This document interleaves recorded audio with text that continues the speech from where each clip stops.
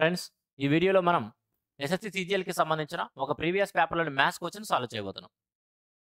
10/9/2024న జరిగిన SSC CGL prelims exam first షిఫ్ట్లో ఇచ్చిన పేపర్లోని మ్యాథ్స్ క్వశ్చన్స్ ఈ వీడియోలో సాల్వ్ చేద్దాం.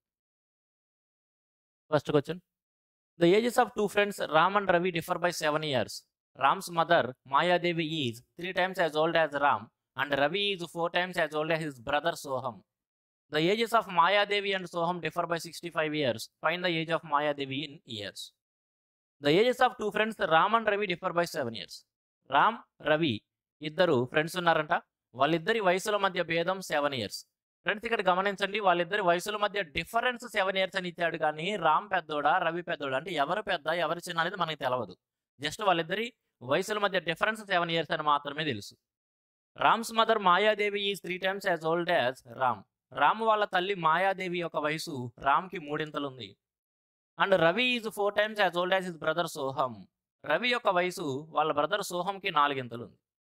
The ages of Mayadevi and సోహం డిఫర్ బై 65 years. మాయాదేవి సోహం ఇద్దరి వయసుల మధ్య భేదం 65 years. ఇక్కడ కూడా వాళ్ళిద్దరి వయసుల మధ్య భేదం 65 years అని ఇచ్చాడు. కానీ ఇక్కడ మనం చెప్పచ్చు ఖచ్చితంగా మాయాదేవి అంటే తల్లే వయసు పెద్దది ఉంటుంది కదా, ఎందుకంటే వీళ్ళందరూ కూడా ఒకే తరానికి సంబంధించిన పిల్లలు, ఆమె తల్లి కాబట్టి ఖచ్చితంగా ఇక్కడ కూడా మాయాదేవి సోహం ఇద్దరి వయసుల మధ్య భేదం 65 years అని ఇచ్చినప్పటికీ మాయాదేవి పెద్దది, సోహం చిన్నవాడని మనం చెప్పొచ్చు. ఇక్కడ మాత్రం ఫ్రెండ్స్, వాళ్ళిద్దరు ఫ్రెండ్స్, రాము రవి ఇద్దరు కూడా ఫ్రెండ్స్, ఒకే జనరేషన్కి సంబంధించిన వారు. వారిద్దరి వయసుల మధ్య డిఫరెన్స్ 7 years అన్నాడు. కానీ ఎవరు పెద్ద ఎవరు చిన్న అని మనం చెప్పలేం. ఒకవేళ వాళ్ళిద్దరిలో ఎవడో ఒకటి తండ్రి ఉంటే ఖచ్చితంగా తండ్రిది బై డిఫాల్ట్ పెద్దది ఉంటుంది కాబట్టి అలా చెప్పొచ్చు. ఓకే, కాబట్టి వాళ్ళిద్దరి మధ్య ఎవరు పెద్దలని చెప్పలేం. కానీ ఇక్కడైతే కనుక మాయాదేవి సోహం కంటే 65 ఏళ్ళు పెద్దదని చెప్పొచ్చు. Find the age of Mayadevi. మరి మాయాదేవి వయసు ఎంత సంవత్సరాల్లో చెప్పండి అంటున్నాడు. సరే, ముందుగా అసలు ఎవరెవరు ఉన్నారు? రాము రవి మాయాదేవి సోహం. రామ్ ఉన్నాడు, వాళ్ళ ఫ్రెండు రవి ఉన్నాడు. అదేవిధంగా రాము వాళ్ళ తల్లి మాయాదేవి ఉంది. అదేవిధంగా రవి యొక్క బ్రదర్ సోహం ఉన్నాడు. ఫస్ట్ ఇచ్చిన ఇన్ఫర్మేషన్ అయితే నాకు అంతగా ఉపయోగపడతలేదు కాబట్టి ఎక్కడి నుంచి స్టార్ట్ చేద్దామంటే చూడండి, Ravi is 4 times as old as his brother సోహం. రవి యొక్క వయసు వాళ్ళ బ్రదర్ సోహం వయసుకు 4 రెట్లు కాబట్టి ఇక్కడ సోహం యొక్క వయసుని 1తోనూ రవి యొక్క వయసుని 4తోనూ రిప్రజెంట్ చేస్తూ వాళ్ళిద్దరు ఏజ్ యొక్క రేషియో రాశాను 4:1. తరువాత మనం స్టార్టింగ్లో కూడా చెప్పుకున్నాము, రాము రవి ఇద్దరిలో ఎవరు పెద్ద ఎవరు చిన్న అనేది మనకి తెలవదు. వాళ్ళిద్దరి మధ్య 7 years డిఫరెన్స్ ఉందని వాడిచ్చాడు. కానీ ఇక్కడ మనం ఏం చేద్దామంటే వాళ్ళిద్దరి మధ్య 7 years డిఫరెన్స్ లేదు అనుకోని కాసేపు ఏమన్నామంటే వాళ్ళిద్దరి మధ్య డిఫరెన్స్ 7 years అని ఇచ్చాడు. మనం కాసేపు ఆ డేటాని ట్యాంపర్ చేసి 7 years డిఫరెన్స్ లేదు అన్నాం. ఒకవేళ వాళ్ళిద్దరి మధ్య 7 years డిఫరెన్స్ లేకపోతే అప్పుడు వాళ్ళిద్దరు కూడా రేషియో పరంగా సేమ్ టర్మ్తో రిప్రజెంట్ చేయబడతారు. కాబట్టి రవిని 4తో రిప్రజెంట్ చేసినట్టే రామును కూడా 4తో రిప్రజెంట్ చేస్తున్నాను. మాయాదేవి యొక్క వయసు రామ్కి 3 ఉంది కాబట్టి 4 3 12తో మాయాదేవిని రిప్రజెంట్ చేస్తున్నాను. ఇక్కడ వాళ్ళిద్దరి మధ్య వయసుల మధ్య డిఫరెన్స్ లేదు అన్నాను కాసేపు.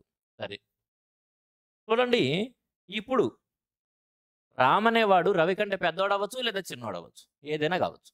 మనం ముందుగా ఒక కేసు అజ్యూమ్ చేసుకుందాం. నేను కాసేపు రామ్ అనేవాడు రవి కంటే పెద్దవాడు అనుకుంటున్నాను. రామ్ అనేవాడు రవి కంటే పెద్దవాడు అనుకుందాం. కాసేపు రామ్ అనేవాడు రవి కంటే పెద్దవాడు. ఎంత పెద్దవాడు? 7 years. కానీ ఇప్పుడు వీళ్ళిద్దరిని ఈక్వల్ చేయడం కోసం రామ్ వయసు 7 years నేను తగ్గించాను కాబట్టి మాయాదేవి యొక్క వయసు ఈ రామ్కి 3 ఉంది కాబట్టి 7 ఏళ్ళు తగ్గించినప్పుడు 7 3 21 సంవత్సరాలు తగ్గిపోయి ఉంటుంది. మాయాదేవి యొక్క వయసు కూడా 21 సంవత్సరాలు తగ్గింది. ఎందుకంటే నేను ఇక్కడ రామ్ వయసు 7 సంవత్సరాలు తగ్గించి అజ్యూమ్ చేస్తున్నాను. అటువంటి అప్పుడు రామ్కి 3 వయసు కలిగిన మాయాదేవి యొక్క వయసు కూడా 7 3 21 తగ్గిపోయి ఉంటుంది.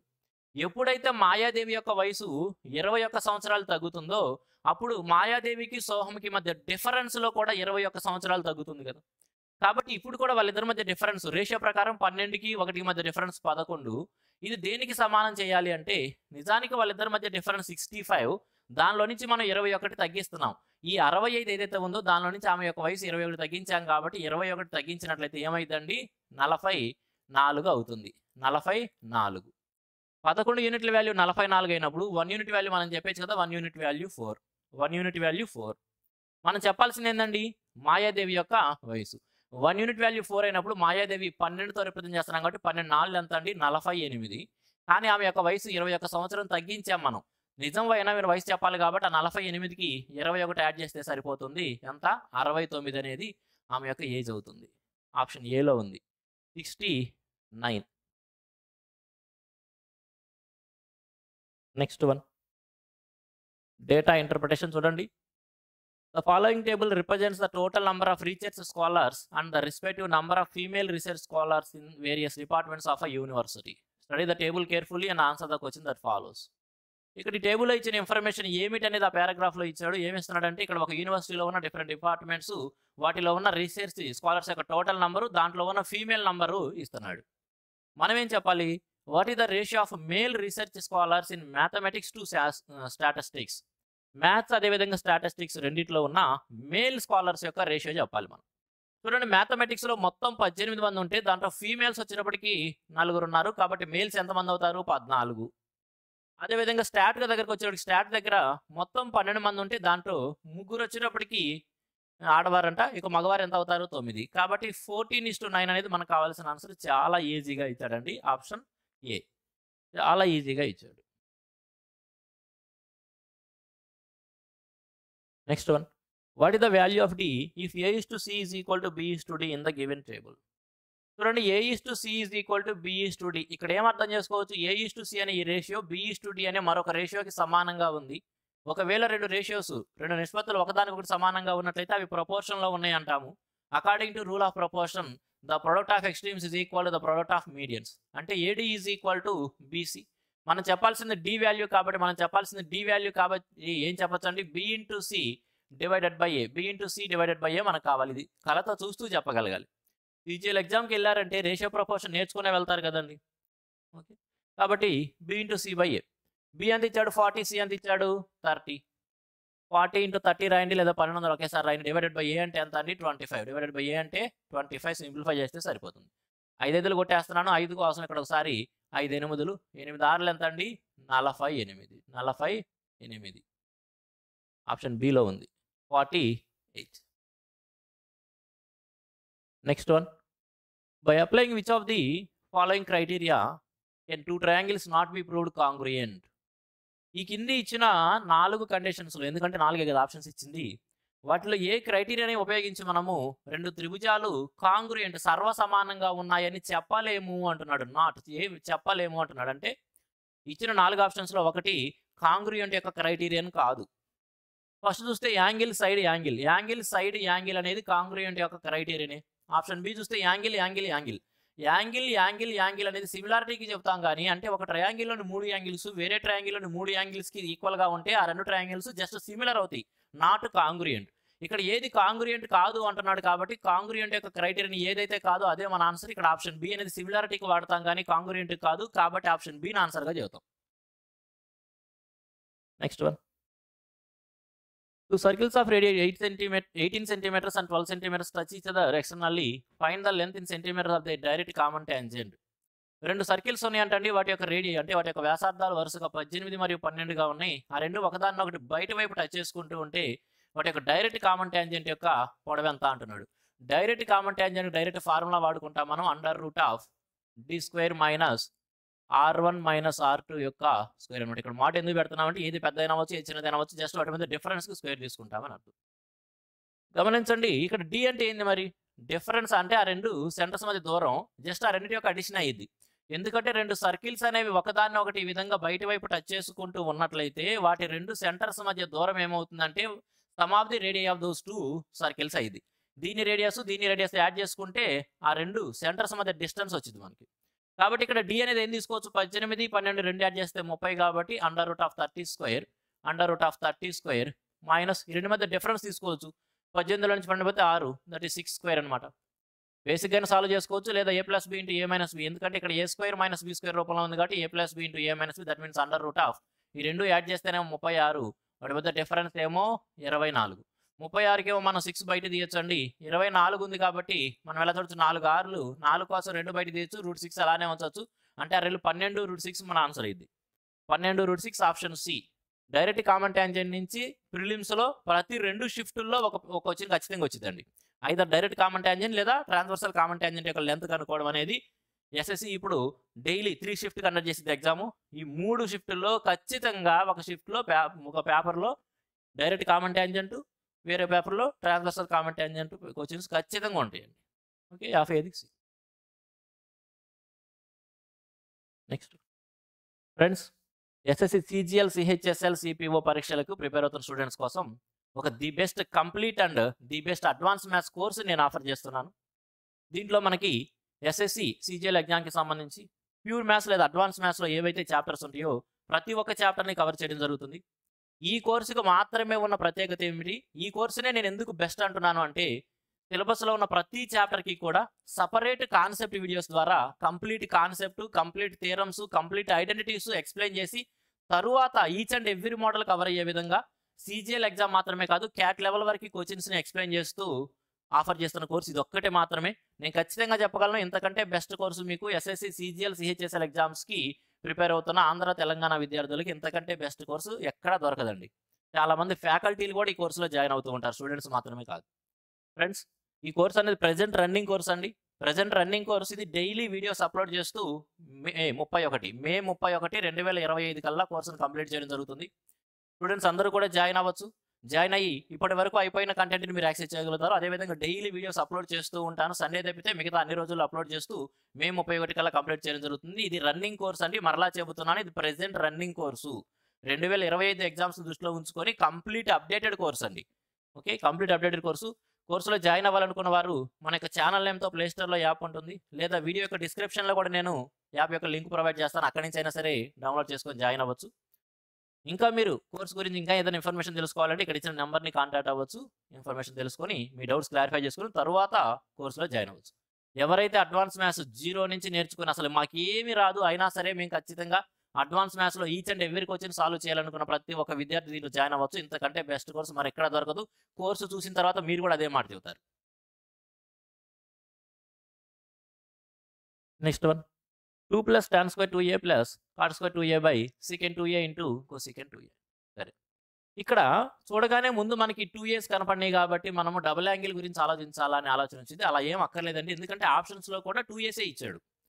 ఇప్పుడు జనరల్గా మనం sin 2θ 2 sin θ cos θ ఆ విధంగా ఏదైతే డబుల్ యాంగిల్కి సంబంధించి ఆలోచిస్తామో అలా ఆలోచించాల్సిన అవసరం లేదు. ఎందుకంటే ఆప్షన్స్లో కూడా సింగిల్ యాంగిల్ ఏకి సంబంధించిన ఇవ్వలేదు, 2a దగ్గరే వదిలాడు.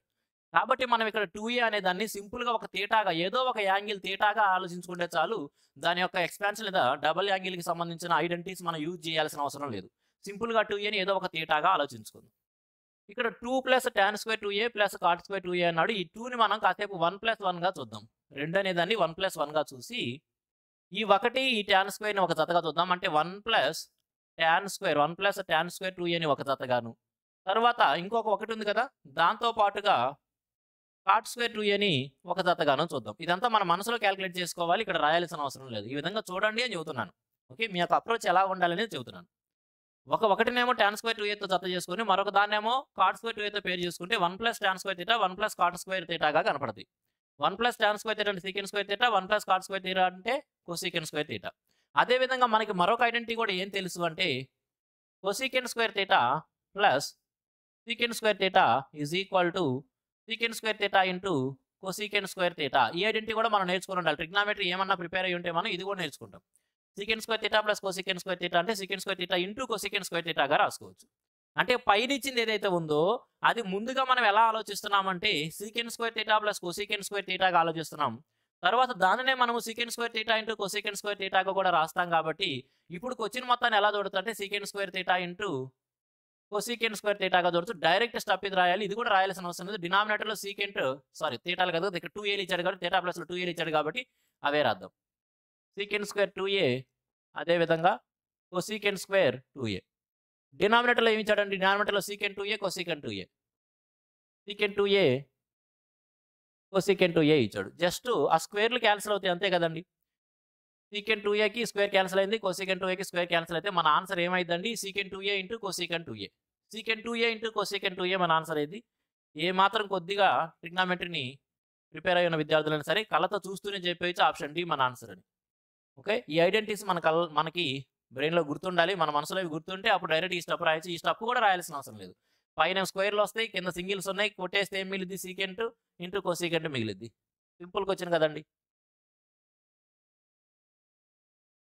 Next one, Kiran lent 4,000 to 2 persons such that one part at the rate of 8% per annum and the remaining part at the rate of 10% per annum. He got an annual simple interest of rupees 352. Then the sum lent at 10% is.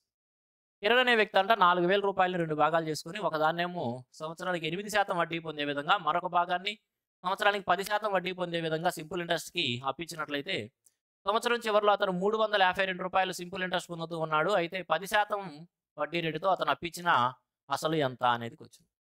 సరే 10% చెప్పాలి కాబట్టి ఇది ఇక్కడ ఏదైతే 8% ఇచ్చిందో మొత్తం డబ్బుని కూడా అదే 8%కి ఇన్వెస్ట్మెంట్ చేశాడు లేదా అప్పించాడు అనుకుందాం. కొంత భాగాన్ని 8 కొంత భాగాన్ని 10కి ఇచ్చింది నిజానికి. మనం డేటాను ట్యాంపర్ చేసుకొని మొత్తాన్ని కూడా 8%కే ఇచ్చాడు అనుకుంటే అప్పుడు టోటల్ మీద కూడా 8% అతను వడ్డీగా పొందుతాడు. ఇప్పుడు దీంట్లో 8% ఎంత 1% 40 రూపాయలు కాబట్టి 8% అంటే 320 రూపాయలు వడ్డీ పొందాలి అతను. ఒకవేళ 8% కనుక ఇచ్చినట్లయితే 320 రూపాయలు వడ్డీగా పొందుండాలి. కానీ మరి 352 ఎందుకు పొందాడు? మనం 8%కి అజ్యూమ్ చేసినప్పుడు 320నే రావాల్సింది. 352 ఎందుకు వచ్చింది అంటే మనం అజ్యూమ్ చేసిన దానికంటే 32 రూపాయలు ఎక్స్ట్రా వచ్చింది. ఈ 32 రూపాయలు ఎందుకు ఎక్స్ట్రా వచ్చిందంటే అతను కొంత భాగాన్ని మనం అజ్యూమ్ చేసినట్టు 8% కాకుండా 10%కి ఇచ్చాడు. నిజానికి లెక్క ప్రకారం అతను 10%కి ఇచ్చినాడు కొంత భాగాన్ని. మనం అజ్యూమ్ చేసిన 8%కి దట్ 10%కి యాక్చువల్ 10% మధ్య డిఫరెన్స్ ఎంత 2. ఆ 2% యొక్క వాల్యూ ఎంతకు సమానమైందండి? మనం అజ్యూమ్ చేసినప్పుడు వచ్చిన 320కి యాక్చువల్ వాల్యూ 352కి మధ్య డిఫరెన్స్ 32 రూపాయలకి సమానం. 2% అనేది 32 రూపాయలకి సమానమైనప్పుడు 100% చెప్పాలి మనం. 100% ఎంత అయిందండి? 1600. కాబట్టి అతను 10%కి అప్పించింది ఎంత అంటే 1600 రూపాయలు. Option D. వెరీ ఈజీగా చెప్పచ్చు. అలిగేషన్ కూడా అక్కర్లేదండి.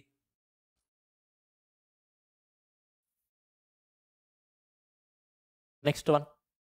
XY and Z are 3 points on a plane with XY is equal to 11 centimeters, YZ is equal to 13 centimeters, and XZ is equal to 24 centimeters. The number of circles that travel through points XYZ is 0. చూడండి XY 11 అంట, YZ 13 అంట, XZ 24 అంట. XZ 24 అంటే ఈ line యొక్క చివరి end points XZ అని అర్థమైపోతుంది మనకి. X, Z. అదేవిధంగా XY మధ్య డిఫరెన్స్ 11 ఉంది కాబట్టి ఇక్కడ Y అనే పాయింట్ తీసుకుంటున్నా. ఈ రెండు మధ్య 11 ఉంది. Y నుంచి Z దాకా ఉన్న దూరము 13. ఈ రెండింటిని యాడ్ చేస్తే 24 కాబట్టి XZ 24 అయిపోయింది. ఇప్పుడు ఈ మూడు పాయింట్స్ నుంచి వెళ్ళే సర్కిల్స్ ఎన్ని అంటాడు. ఈ 3 పాయింట్స్ నుంచి వెళుతూ ఎన్ని సర్కిల్స్ మనం గీయగలం అనేది. ఈ 3 కూడా కొలీనియర్ పాయింట్స్ అండి. 3 కొలీనియర్ పాయింట్స్ నుంచి మనం గీయదగిన సర్కిల్స్ ఎన్ని అంటే 0. ఈ 3 పాయింట్స్ నుంచి పాస్ అవుతూ సర్కిల్స్ ఏమైనా గీయగలమంటే మనం ఎన్ని గీయగలమంటే 0. అటువంటి సర్కిల్స్ మనం గీయలేమండి. అటువంటి సర్కిల్స్ ఏవైనా సరే 3 లేదా అంతకంటే ఎక్కువ collinear points. Collinear points means ఆ points which are on the same line. ఒకే లైన్ పైన ఒకే సరళ రేఖ పైన ఉన్న బిందువులను మనం ఏమంటామండి? సరేఖీయ బిందువులు. తెలుగులో సరేఖీయ బిందువులు అంటాం. కొలీనియర్ పాయింట్స్ అంటాం. 3 లేదా అంతకంటే ఎక్కువ కొలీనియర్ పాయింట్స్ అన్నిటి నుంచి పాస్ అవుతూ మనం ఏ ఒక్క సర్కిల్ని కూడా గీయలేము. జస్ట్ 0 అనేది సర్కిల్కి సంబంధించిన కాన్సెప్ట్ చెప్పుకునేటప్పుడు బేసిక్ కాన్సెప్చువల్ క్వశ్చన్ అండి. ప్రిలిమ్స్లో అన్నీ కూడా జస్ట్ బేసిక్ కాన్సెప్ట్ నుంచే ఇస్తాడు. చాలా బేసిక్ కాన్సెప్చువల్ క్వశ్చన్ అంతే.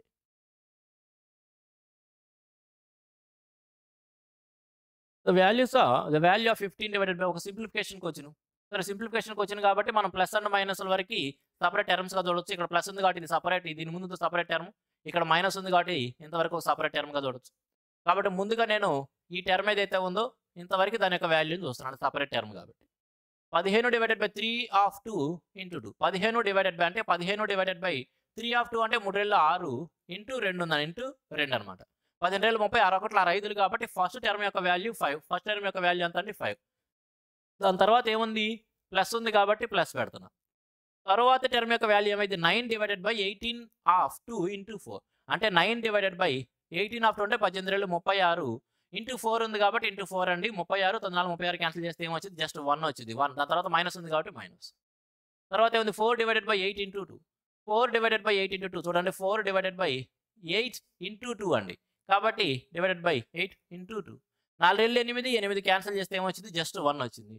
ఇక్కడ +1 -1 క్యాన్సిల్ అయిపోతే సింపుల్గా 5 అనేది మన ఆన్సర్ అవుతుంది. జస్ట్ ఒక చిన్న సింప్లిఫికేషన్కి వచ్చాను. ఆప్షన్ బి ఆన్సర్ అవుతుంది. Next one. If on a market price the difference between the selling price is with a discount of 65% and with 2 successful discounts of 30% and 40% is ₹105, then the market price in rupees is. If on a market price ఒక ప్రకటిత ధర పైనంట 65% single discount ఇచ్చి అమ్మడానికి 30% 40% అనే 2 వరుస తగ్గింపులు ఇచ్చి అమ్మడానికి మధ్య డిఫరెన్స్ ₹105 ఉన్నట్లయితే మార్కెట్ ప్రైస్ ఎంత అంటున్నాడు. ఫ్రెండ్స్ ఇక్కడ గమనించండి, డిస్కౌంట్ని ఎల్లప్పుడు కూడా మార్కెట్ ప్రైస్ పైన క్యాలిక్యులేట్ చేస్తాం. ఇక్కడ 65% డిస్కౌంట్ ఇచ్చినా లేదా 30%, 40% అనే 2 సక్సెసివ్ డిస్కౌంట్స్ ఇచ్చినా సరే అవన్నీ కూడా మనము మార్కెట్ ప్రైస్ మీద క్యాలిక్యులేట్ చేయాలి. 65% సింగిల్ డిస్కౌంట్ అమ్మడానికి 30% అండ్ 40% అనే 2 వరుస తగ్గింపుల మధ్య భేదం ఎంత అన్నాడండి? ₹105. సార్ చూడండి, ఇదంటే 65 మన దగ్గర ఉంది. 30% అండ్ 40% అనే 2 వరుస తగ్గింపులు ఏక మొత్తంలో దేనికి సమానం? 2 successive discounts of 30% and 40% are equivalent to a single discount of, ఎలా తెలుసుకుంటాం? పర్సెంటేజ్లో తెలుసుకుంటాము వరుస మార్పులని. కాబట్టి ఏం చెప్పొచ్చు? 30, 40 యాడ్ చేస్తే 70 minus 30 into 40 that is 1200 divided by 100 అంటే 70లో నుంచి మనం 12 తీసేయాలి అంటే 58. ఈ 58%కి అమ్మినట్టండి. 58% డిస్కౌంట్ ఇచ్చినట్టు. ఇది ఎలా ఫైండ్ అవుట్ చేసామన్నా అంటే ఖచ్చితంగా తెలిసి ఉండాలండి. A percent and B percent అనే 2 వరుస మార్పులు ఏక మొత్తంలో దేనికి సమానం అంటే A plus B plus R minus AB by 100. ఈ విధంగా చెప్తాం కదండి మనము. ఈ విధంగా చెప్తాం కదా. పర్సెంటేజ్లో నేర్చుకోవాలి, ఖచ్చితంగా నేర్చుకొని ఉండాలి.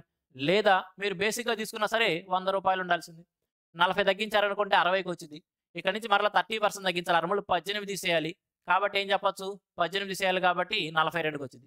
100 అనేది 42కి వచ్చిందంటే ఎంత తగ్గించినట్టు? 58% తగ్గించినట్టు. అసలు ఇలా చేయాల్సిన అవసరం కూడా ఏముంది? ఈజీగా వస్తుంది కదా ఇక్కడ. కాబట్టి మొత్తం మీద 58% డిస్కౌంట్ ఇచ్చినట్టు. ఈ 58%కి అదేవిధంగా 65%కి మధ్య డిఫరెన్స్ ఎంత అండి? 58కి 65%కి మధ్య డిఫరెన్స్ 7%. ఆ 7% వాల్యూ ఎంతగా ఇచ్చాడు? ₹105గా ఇచ్చాడు. ₹105గా మనం చెప్పాల్సిన మార్కెట్ ప్రైస్ దట్ ఈస్ 100% అనమాట. ఏ వాల్యూ అయినా దానికి అది 100% కాబట్టి 105 వాల్యూ మనం చెప్పాలి. 715 లాగే 1500 అనమాట. 1500 is the market price of that item. Option C 1500 1500 అనేది ఆన్సర్ అవుతుంది. Next one, a pole 10 meters long rests landly against a wall AB making an angle theta with the horizontal ground. Find how far the foot of the pole is from the wall in meters. చూడండి, ఒక గోడ ఉందంట. ఈ గోడకి ఈ విధంగా ఏటవాలుగా 10 మీటర్ల పొడవైన ఒక నిచ్చెనని ఉంచారంట. 10 మీటర్ల పొడవైన ఒక నిచ్చెన కావచ్చు, పోల్ కావచ్చు, స్తంభం, నిజానికి ఏదైనా సరే. సాధారణంగా హైట్స్ అండ్ డిస్టెన్స్లో నిచ్చెన ఇస్తుంటాడు. ఏది పెట్టినా కాన్సెప్ట్ ఏం మారదు. నిచ్చెన పెట్టామా, ఇనప కడ్డీ పెట్టామా, వెదురు బొంగు పెట్టామా, దానివల్ల ఏం మారదు. జస్ట్ మనకు కావాల్సింది ఆ యాంగిల్ ఎంత. ఈ పోల్ ఏదైతే ఉందో దాని యొక్క పొడవంట 10 మీటర్లు అంటే దాని యొక్క పొడవు 10 మీటర్లు. అది ఈ నేలతో చేస్తున్న యాంగిల్ వచ్చేటప్పటికి 30 డిగ్రీస్. ఈ నేలతో చేస్తున్న యాంగిల్ వచ్చేటప్పటికి 30 డిగ్రీస్ అంట. ఇక్కడ 90 డిగ్రీస్ ఉంటుంది. మనం చెప్పాల్సింది ఏంటంటే find how for the foot of the pole from the wall. ఈ గోడ నుంచి ఈ స్తంభం లేదా ఈ పోల్ యొక్క అడుగు భాగం ఎంత దూరంలో ఉంది అంటే మనం ఈ బేస్ ఏదైతే ఉందో ఈ రైట్ యాంగిల్ ట్రయాంగిల్ యొక్క బేస్ యొక్క పొడవు చెప్పాలి మనం. ఫ్రెండ్స్ గమనించండి, ఇది ఒక రైట్ యాంగిల్ ట్రయాంగిల్. దాంట్లో ఇది 90 పోతే మిగతా రెండింటి యొక్క సమ్ ఎంత అయి ఉండాలని 90 డిగ్రీస్ 30 అయినప్పుడు ఇది ఆటోమేటిక్గా 60 డిగ్రీస్ అయిపోతుంది. ఒక రైట్ యాంగిల్ ట్రయాంగిల్లో 30, 60 అండ్ 90 రైట్ యాంగిల్ ట్రయాంగిల్లో ఆ రెస్పెక్టివ్ యాంగిల్స్కి ఆపోజిట్గా ఉండే సైడ్స్ యొక్క రేషియో మనకి ఎలా తెలుసు? 30కి ఆపోజిట్గా 1 ఉంటే, 60కి ఆపోజిట్గా √3 ఉంటే, 90కి ఆపోజిట్గా ఎంత ఉంటుందండి? 2 ఉంటుంది. మనం ఇప్పుడు చెప్పాల్సింది ఎంత? √3 యొక్క వాల్యూ ఎంత అని. ఇక్కడ 2 యూనిట్స్ యొక్క వాల్యూ 10 అయిందంటే జస్ట్ 5 టైమ్స్ అవుతుంది. అదేవిధంగా √3 యొక్క వాల్యూ కూడా ఏమైందండి? 5 టైమ్స్ అయ్యి 5√3 అవుతుంది. 5√3. జస్ట్ ఆ రేషియో గుర్తుంచుకుంటే సరిపోతుంది. Option D.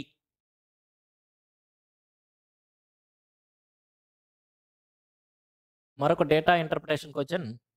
The bar graph given below shows the sale of books from 6 schools during 2 consecutive years 2013 and 14. 2013, 2014 2 సంవత్సరాల్లో 6 స్కూల్స్లో అమ్మిన shows the sale of books, పుస్తకాల యొక్క అమ్మకాల అనే సంఖ్యని తెలుపుతుందంట. ఇక్కడ ABCDEF అనేవి స్కూల్స్ అండి. ఇవేమో నంబర్ అనమాట. Sales of books in thousands.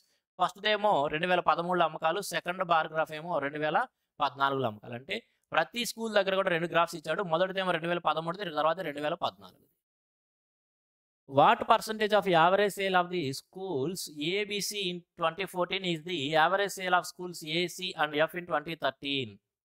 What percentage of the, చూడండి, 2013లో ACF అనేవి 3 స్కూల్స్ యొక్క యావరేజ్ సేల్స్ అనేవి 2014లో ABC అనే 3 స్కూల్స్ యొక్క యావరేజ్ సేల్స్లో ఎంత శాతం అంటున్నాడు.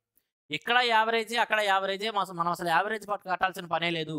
సింపుల్గా ఏం చేద్దామంటే 2013వ సంవత్సరంలో ACF అనే 3 స్కూల్స్ కలిపిన అమ్మకాలు మొత్తాన్ని తీసుకొని 2014లో ABC అనే 3 స్కూల్స్ యొక్క అమ్మకాలలో ఇది ఎంత శాతం ఉంది చెప్తే సరిపోతుంది.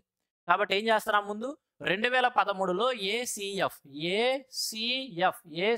2013లో ఏమేమి అమ్మినాయి? 2013 అంటే ముందడిది. 2013లో 50 అమ్మింది.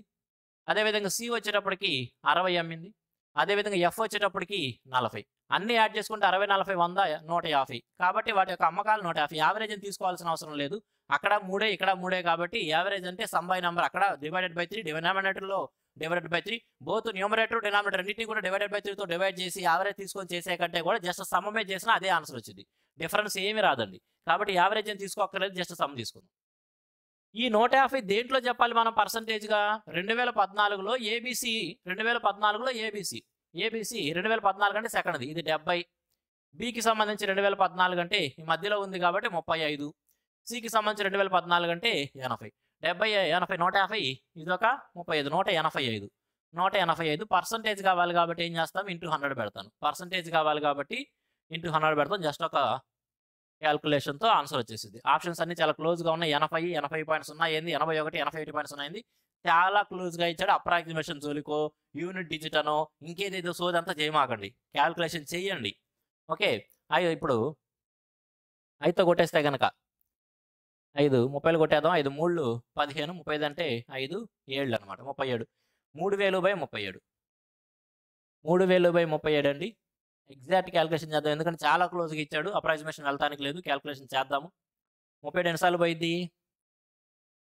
8 సార్లు, అంతమించి ఛాన్స్ లేదు. 37 8 తీసేస్తే కనుక 8 240, 756, 296 అంటే ఇక్కడ జస్ట్ 4 మిగిలింది, అంటే 40 మిగిలింది. ఎంతవరకు వెళ్ళాము? 8. 40 కాబట్టి ఒకసారి వెళ్ళొచ్చు. 81 పాయింట్, ఆప్షన్ ఏ ఆన్సర్ అయ్యింది. 81.0. Next one. A money bag contains 1 rupee, 5 rupee and 10 rupee coins in the ratio 3:5:7 respectively. If the total amount in the bag is rupees 980, then find the number of coins of rupees 10. ఒక బ్యాగ్లోనంట 1 రూపాయి, 5 రూపాయలు మరియు 10 రూపాయల coins. ఒక బ్యాగులో 1 రూపాయి, 5 రూపాయలు, అదేవిధంగా 10 రూపాయల కాయిన్స్ ఏ నెంబర్లో ఉన్నాయంటే 3:5:7 రేషియోలో ఉన్నాయి. 3:5:7 రేషియోలో ఉన్నాయంటే ఆ బ్యాగులో ఉన్న మొత్తం డబ్బుల యొక్క విలువ 980 రూపాయలు అయితే 10 రూపాయల నాణ్యాలు ఎన్ని అంటున్నాడు. ముందుగా ఇదే రేషియోలో తీసుకుందాం. ఒకవేళ ఆ నాణ్యాలు ఇక్కడ ఇచ్చిన రెస్పెక్టివ్ రేషియోలోనే కనుక ఉన్నట్లయితే వాటి యొక్క టోటల్ వాల్యూ ఏమై ఉండేది? రూపాయి కాయిన్స్ 3 ఉంటే 3 రూపాయలు అవుతాయండి. 5 రూపాయల కాయిన్స్ 5 ఉంటే 25 రూపాయలు అవుతాయండి. 10 రూపాయల కాయిన్స్ 7 ఉంటే 70 రూపాయలు అవుతాయండి. అప్పుడు మొత్తం డబ్బులు ఎంత అవుతాయి? అంటే 70, 25, 95, 3 98. ఒకవేళ అదే రేషియో ప్రకారం తీసుకుంటే డబ్బులు 98 అవ్వాల్సింది, కానీ లెక్కలో ఎంత ఇచ్చాడు? 980గా ఇచ్చాడు. అంటే మనం రేషియో ప్రకారం తీసుకున్న దానికంటే కూడా లెక్కలోని యాక్చువల్ వాల్యూ 10 టైమ్స్ ఉంది. కాబట్టి అదే పద్ధతిలో ఇప్పుడు 10 రూపాయల కాయిన్స్ మనం రేషియో ప్రకారం 7 తీసుకున్నాం కాబట్టి ఆ 7 కూడా ఏమైందండి? 10 టైమ్స్ అయితే ఆ 7 కూడా ఏమైంది? 10 టైమ్స్ అయ్యి total number of 10 rupee coins is 70. Option B.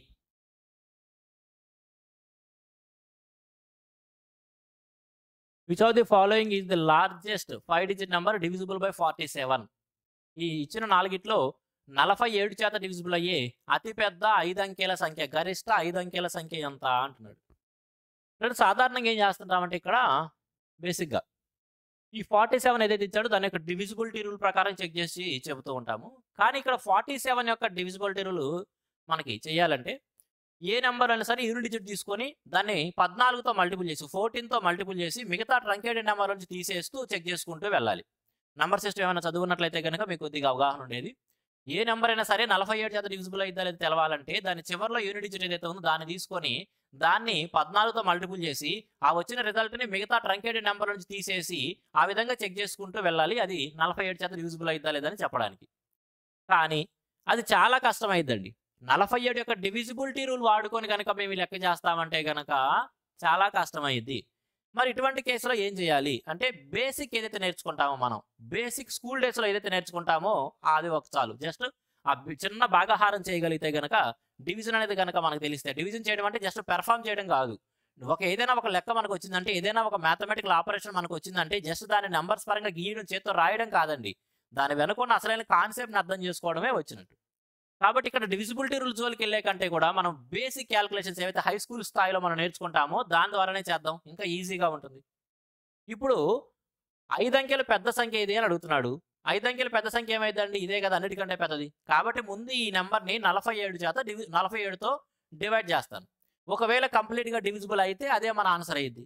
ఒకవేళ డివిజిబుల్ కాలేదు, ఎంతో కొంత రిమైండర్ మిగిలిద్ది. ఆ రిమైండర్ లేకపోయి ఉంటే మిగిలినది దాంట్లో డివిజిబుల్ అయినట్టే కదా! ఎగ్జాంపుల్ చెప్తున్నాను. ఒకవేళ ఇక్కడ ఒక 3నో 4 రిమైండర్ మిగిలింది అనుకుందాం. ఒక 4 రిమైండర్ మిగిలింది అనుకుందాం. ఒకవేళ ఆ 4 గనక లేకపోయి ఉన్నట్లయితే అప్పుడు ఆ నంబరు 47 చేత కంప్లీట్‌గా డివిజిబుల్ అయ్యి ఉండేది కదా! ఆ విధంగా ఆన్సర్ చెప్పేయొచ్చు. దీన్ని కూడా ఏం చేద్దాం, చెవు రకంలో భాగాహార పద్ధతి చేయకుండా మనం కనీసం డిగ్రీలు చదివొచ్చాము. కొద్దిగన్నా క్యాలిక్యులేషన్స్ బాగా చేయగలం కాబట్టి ఏం చేద్దామంటే దీన్ని మనం చక్కగా 47తో డివైడ్ చేద్దాము. 47తో డైరెక్ట్‌గా డివైడ్ చేసుకుంటూ వెళ్ళిపోదాము. 47తో క్యాన్సిలేషన్ చేస్తుంటాం కదా! అదే విధంగా 47 రెళ్ళు కొట్టేస్తున్నాను. అక్కడ ఇక్కడ కోషంట్ ఎంత వస్తుందో మనకు అనవసరం. మనకు కావాల్సింది రిమైండర్. కాబట్టి ఇక్కడ నేను 47 రెళ్ళు పోయిందా, 3 పోయిందా అని కూడా రాయటం లేదు. జస్ట్ మనకు కావాల్సింది రిమైండర్ కాబట్టి అదే చూద్దాం. 47 రెళ్ళు 94 పోతే గనుక ఇక్కడ ఏం మిగిలింది 59 ఉంటుంది. మరలా ఒక్కసారి ఎళ్ళగలం 47 ఒకసారి అంటే 12 ఉంటుంది. 129 దీన్ని కూడా తీసుకుంటే 129. 47 3 సార్లు వెళ్తే 2 సార్లు అనమాట 94. ఇదొక 29 అదొక 6 35. 35 పక్కన 9 అంటే 359 మిగిలింది. 47 ఎన్ని సార్లు వెళ్ళొచ్చు? 47 చివరిలో 9 ఉంది కాబట్టి 7 సార్లు వెళ్ళొచ్చా? 7 4 ఏళ్ళు 28 7 ఏళ్ళు ఇంకా వెళ్ళిద్ది. 47 8 సార్లు వెళ్ళొచ్చు. 8 320 8 320 7 56 ఎన్ని సార్లు వెళ్ళాలి? 47 7 సార్ల వరకే వెళ్ళగలం. 47 7 వెళ్తే 280 అని 7 ఏళ్ళు 40 329. 329 వరకు పోతే ఇంకా 30 మిగిలిందండి. రిమైండర్ ఏం మిగిలిందండి? 30. క్యాలిక్యులేషన్ కొద్దిగా జాగ్రత్త చేయండి. క్యాన్సిలేషన్ చేశాను అంతే. రిమైండర్ 30 మిగిలిందండి. అంటే ఈ నంబర్‌లో ఆ 30 గనక లేకపోతే ఈ నంబర్‌లో రిమైండర్ 30 మిగిలింది కాబట్టి ఆ 30 లేకపోతే అప్పుడు ఆ నంబరు 47 చేత కంప్లీట్‌గా డివిజిబుల్ అయ్యి ఉంటుంది కదా! కాబట్టి ఇప్పుడు ఆన్సర్ ఏం పెడతాను? దీనికి 30 తగ్గిస్తాను. అంటే 999 69 అయ్యిద్ది. 999 69 ఆప్షన్ సి ఆన్సర్ అయ్యిద్ది. అయిపోయింది. ఓకే. జస్ట్ ఒక క్యాలిక్యులేషన్‌తో చెప్పేయొచ్చు.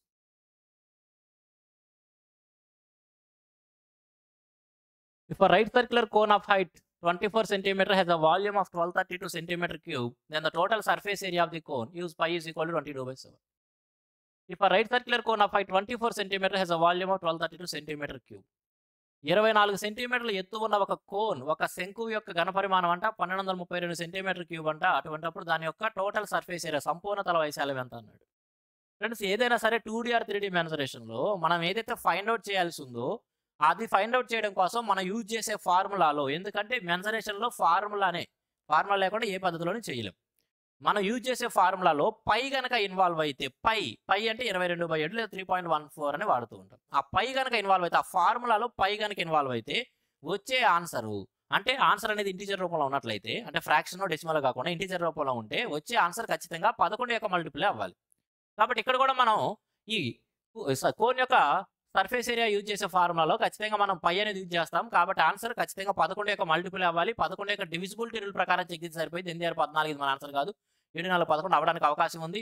9 4 13 కాదు. 8 6 14 కాదు. కేవలం ఆప్షన్ బినే మన ఆన్సర్. ఆప్షన్ బినే మన ఆన్సర్. ఎగ్జామ్లో అయితే కనుక ఈ విధంగా పెట్టేయచ్చు. మరి అసలు దాని యొక్క ఫార్ములా ఏమిటి, ఎలా క్యాలిక్యులేట్ చేయాలనేది మనం కాన్సెప్ట్ క్లాసెస్లో చెప్పుకుంటాం, మన రెగ్యులర్ క్లాసెస్లో చెప్పుకుంటాం. ఇక్కడ మాత్రం ఎగ్జామ్ పాయింట్ ఆఫ్ వ్యూలో ఎలా అప్రోచ్ అవ్వాలనేది మాత్రమే ఎక్స్ప్లెయిన్ చేస్తాను. Next one. Let t is greater than 0 degrees and less than 90 degrees, then which of the following is true? t యొక్క వాల్యూ 0 degrees కంటే పెద్దది, 90 degrees కంటే చిన్నదంట. అటువంటిప్పుడు ఈ కింది వాటిలో ఏది సరైనది లేదా కరెక్ట్ అంటున్నాడు. ఆప్షన్ ఏలో ఏమి ఇచ్చాడంటే sin t is not equal to cos t when t is equal to 45. t విలువ 45 అయితే, అంటే అక్కడ యాంగిల్ వచ్చినడికి 45 degrees అయితే sin t value cos t వాల్యూకి సమానం కాదు, ఈజ్ నాట్ ఈక్వల్ టు అంటున్నాడు.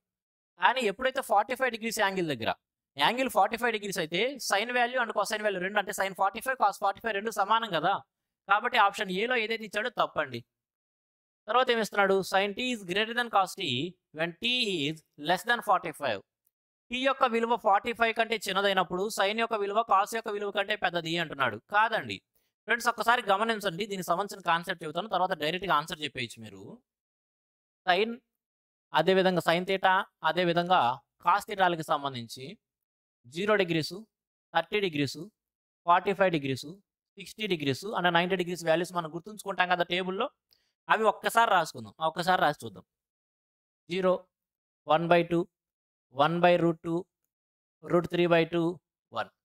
ఇక్కడేమో 1, √3/2, 1/√2, 1/2, 0. ఇవే కదండి సైన్ అండ్ కాస్ యొక్క వాల్యూస్. ఫ్రమ్ 0 to 90 degrees మనం గుర్తుంచుకునేవి. ఒకసారి గమనించండి, సైన్ యొక్క వాల్యూ 0 నుంచి 90కి వెళ్ళే కొద్దీ ఏమైంది? ఇంక్రీజ్ అయింది. సైన్ థీటా యొక్క వాల్యూ 0 నుంచి 90కి వెళ్ళే కొద్దీ ఏమవుతుందండి? ఇంక్రీజ్ అవుతుంది. 0 నుంచి 90 degreesకి వెళ్ళే కొద్దీ ఏమవుతుంది? ఇంక్రీజ్ అవుతుంది. 0, 1/2, 1/√2, √3/2 ఆ విధంగా పెరుగుతూ వెళ్తుంది. కానీ కాస్ వాల్యూ చూస్తే, కాస్ థీటా వాల్యూ చూస్తే 0 నుంచి 90 degreesకి వెళ్ళేటప్పుడు ఏమవుతుంది? అనే ఒక వాల్యూ తరుగుతూ వస్తుంది. ఒకటితో స్టార్ట్ అయింది, తగ్గింది, ఇంకా తగ్గింది, లాస్ట్ 0 అయింది. అంటే 0 నుంచి 90 degrees వెళ్ళేటప్పుడు సైన్ వాల్యూ పెరుగుతూ వెళ్తుంది, కాస్ వాల్యూ తగ్గుతూ వస్తుంది. సరే, ఇదొకటి ఆలోచించుకొని ఉండాలి. దీని మీద కూడా క్వశ్చన్స్ ఇస్తూ ఉంటాడు. తర్వాత ఇంకా మనం అబ్జర్వ్ చేయాల్సింది 2 పార్ట్స్గా చూస్తుంది. అంటే 45కి ముందు ఒకటి, 45 తర్వాత ఒకటి. ఎందుకంటే 0 నుంచి 90 దాకా అంటున్నాం కాబట్టి ఫస్ట్ పార్ట్ 0 నుంచి 45 దాకా, సెకండ్ పార్ట్ 45 నుంచి 90 దాకా చూసామనుకోండి. ఇక్కడ సైన్ 0తో స్టార్ట్ అయ్యి నెమ్మదిగా పెరుగుకుంటూ 1 దాకా వెళ్తుంది. కాస్ చాలా పెద్ద వాల్యూ, అంటే ఉన్నటిలో మ్యాక్సిమం వాల్యూ 1తో స్టార్ట్ అయ్యి తగ్గుతూ వెళ్తుంది.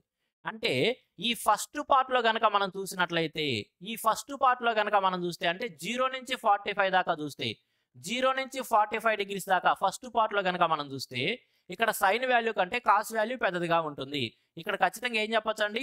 సైన్ థీటా వాల్యూ కంటే కాస్ థీటా వాల్యూ పెద్దదిగా ఉంటుంది. కానీ తర్వాత వచ్చేటికి సైన్ వాల్యూ పెరుగుతూ వెళ్తుంది, కాస్ వాల్యూ తగ్గిపోతూ వస్తుంది. కాబట్టి తర్వాత పోర్షన్ కనుక మనం చూసామనుకోండి, అంటే 45 నుంచి 90 దాకా, 45 degrees నుంచి 90 degrees వరకు చూసినట్టయితే సైన్ వాల్యూ పెరుగుతూ వెళ్తుంది, అక్కడ పెద్ద వాల్యూ ఉంటుంది, కాస్త తగ్గిపోతూ వస్తుంది కాబట్టి చిన్న వాల్యూ ఉంటుంది. కాబట్టి 45 and 90 ఈ సెకండ్ పార్ట్లో కనుక చూస్తే, ఒకవేళ యాంగిల్ ఈ రెండింటి మధ్యలో కనుక ఉన్నట్లయితే అప్పుడు ఖచ్చితంగా ఏమని చెప్పొచ్చు? సైన్ థీటా యొక్క వాల్యూ కాస్ థీటా యొక్క వాల్యూ కంటే కూడా పెద్దదిగా ఉంటుంది. ఫస్ట్ పార్ట్లోనేమో సైన్ చిన్నదిగా ఉండి పెరుగుతూ వెళ్తుంటుంది, కాస్ ఏమో పెద్ద నుంచి తరుగుతూ వస్తుంటుంది. కాబట్టి ఏం చెప్పొచ్చు? ఫస్ట్ పార్ట్లో అంటే 0-95 మధ్యలో కనుక ఉన్నట్లయితే థీటా వాల్యూ లేదా యాంగిల్ అనేది, కాస్ యొక్క వాల్యూ సైన్ కంటే పెద్దదిగా ఉంటుంది. కానీ ఎప్పుడైతే 45 దాటుతామో సైన్ పెరిగిపోతూ వెళ్తుంది, కాస్త తగ్గుతూ వస్తుంది. కాబట్టి ఖచ్చితంగా సైన్ వాల్యూ పెద్దదిగా ఉంటుంది. ఈ కాన్సెప్ట్ మనకు బుర్రలో గుర్తుంటే ఇదంతా రాయాల్సిన అవసరం ఏమీ లేదు, జస్ట్ ఎక్స్ప్లెయిన్ చేయడం కోసం చెప్పా. ఇక్కడ ఆప్షన్ బి కూడా తప్పని చెప్పొచ్చు. సైన్ టీ వాల్యూ కంటే కాస్ టీ వాల్యూ పెద్దదంట ఎప్పుడంటే 45 కంటే టీ వాల్యూ చిన్నదైనప్పుడు. 45 కంటే చిన్నదైనప్పుడు ఖచ్చితంగా కాస్ వాల్యూ పెద్దదిగా ఉంటుంది సైన్ కంటే. ఆప్షన్ సిలో ఇది చెప్పింది అదే కదా, ఆప్షన్ సిలో వాడు చెబుతుంది అది. ఇక్కడ మనం చెప్పుకున్న కాన్సెప్ట్ కూడా అది. 0 నుంచి 45 దాకా వెళ్తున్నప్పుడు అంటే థీటా యొక్క వాల్యూ 45 కంటే చిన్నదిగా ఉన్నప్పుడు సైన్ కంటే కాస్ వాల్యూ పెద్దగా ఉంటుంది, అదే మనం చెప్పుకుంది. ఓకే, కాన్సెప్ట్ గుర్తుంటే చాలు.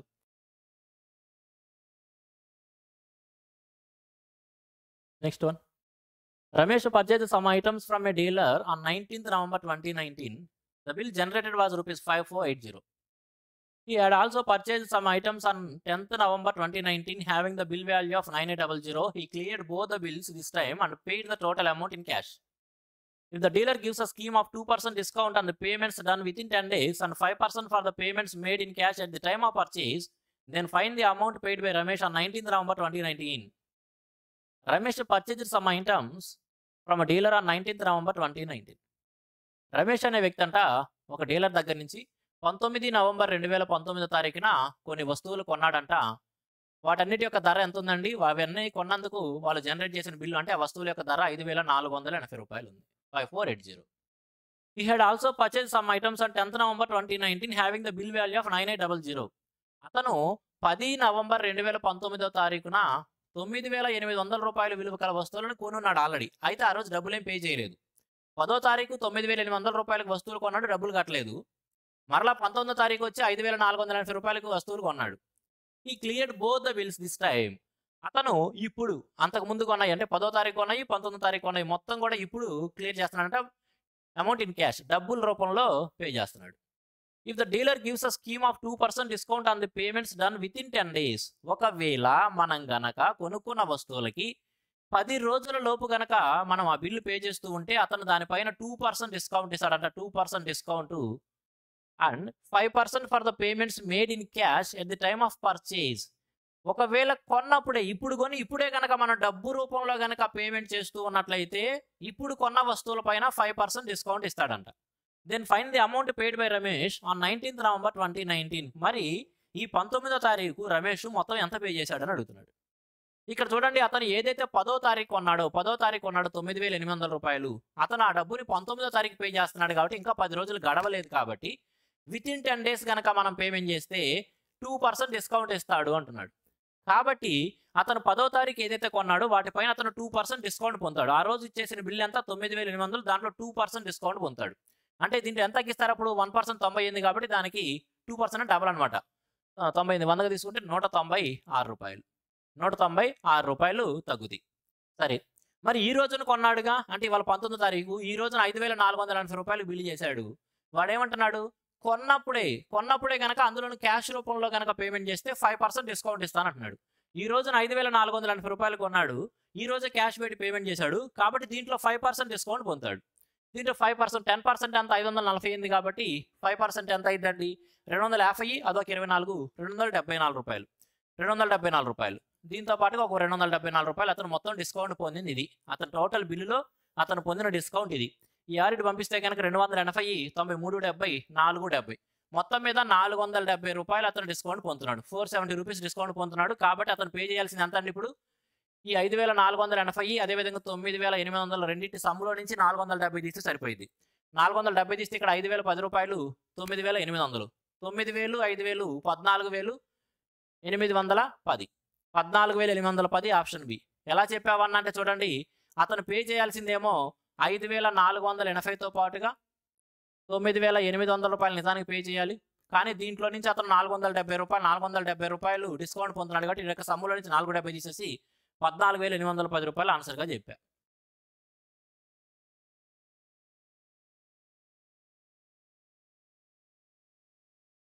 Find the gain percentage given that Priya sold her scooter for rupees 42564, gaining 1/6 of the selling price.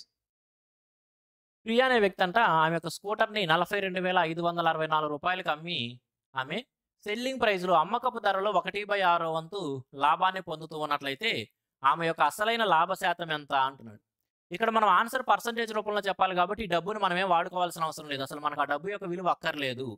ఏ క్వశ్చన్కి ఏ డేటాను ఉపయోగించుకుంటే ఆన్సర్ వచ్చింది అనేది ఖచ్చితంగా తెలవాలండి. డేటా ఇంటర్ప్రిటేషన్లో ఉపయోగపడింది.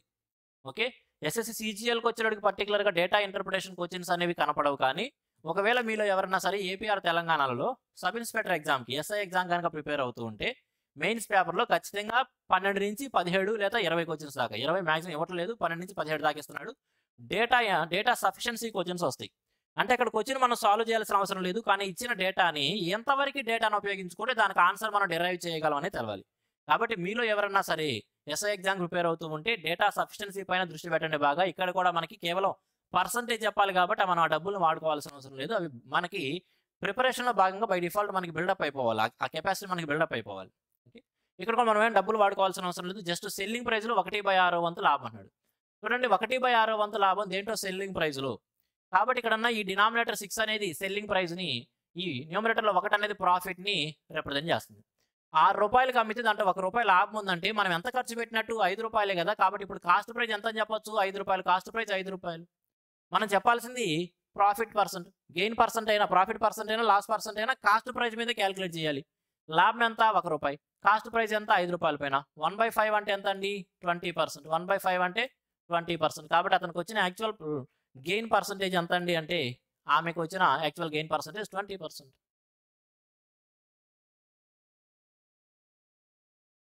If a plus 1/a is equal to 12, then find the value of a square plus 1/a square. 144లో 2 తీయాలి. 142 easy question కదండి, very basic question. మనకి ఆల్జీబ్రాలో ఏం తెలుసుకుంటాం, if a plus 1/a is equal to k, then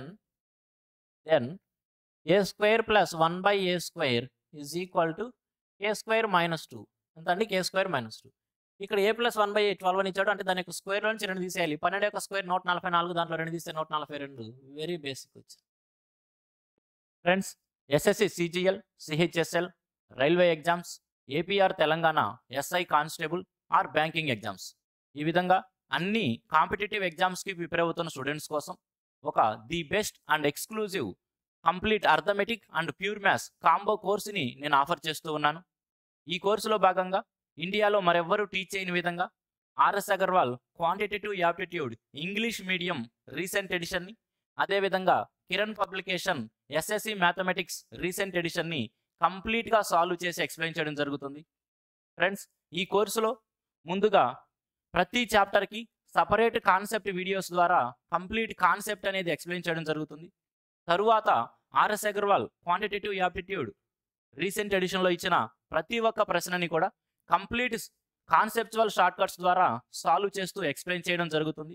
తరువాత మరికొంత practice కోసం, అదేవిధంగా exam oriented approach కోసం Kiran publication SSC mathematics recent edition బుక్లో ఇచ్చిన ప్రతి ఒక్క ప్రశ్నని కూడా కంప్లీట్ కాన్సెప్చువల్ షార్ట్ కట్స్ ద్వారా సాల్వ్ చేస్తూ ఎక్స్ప్లెయిన్ చేయడం జరుగుతుంది. ఫ్రెండ్స్, ఈ ఒక్క కోర్సుకు మాత్రమే ఉన్న ప్రత్యేకతలు ఏమిటి అంటే ప్రతి చాప్టర్కి కూడా సపరేట్ కాన్సెప్ట్ వీడియోస్ ద్వారా కంప్లీట్ కాన్సెప్ట్ని ఎక్స్ప్లెయిన్ చేయడం జరుగుతుంది.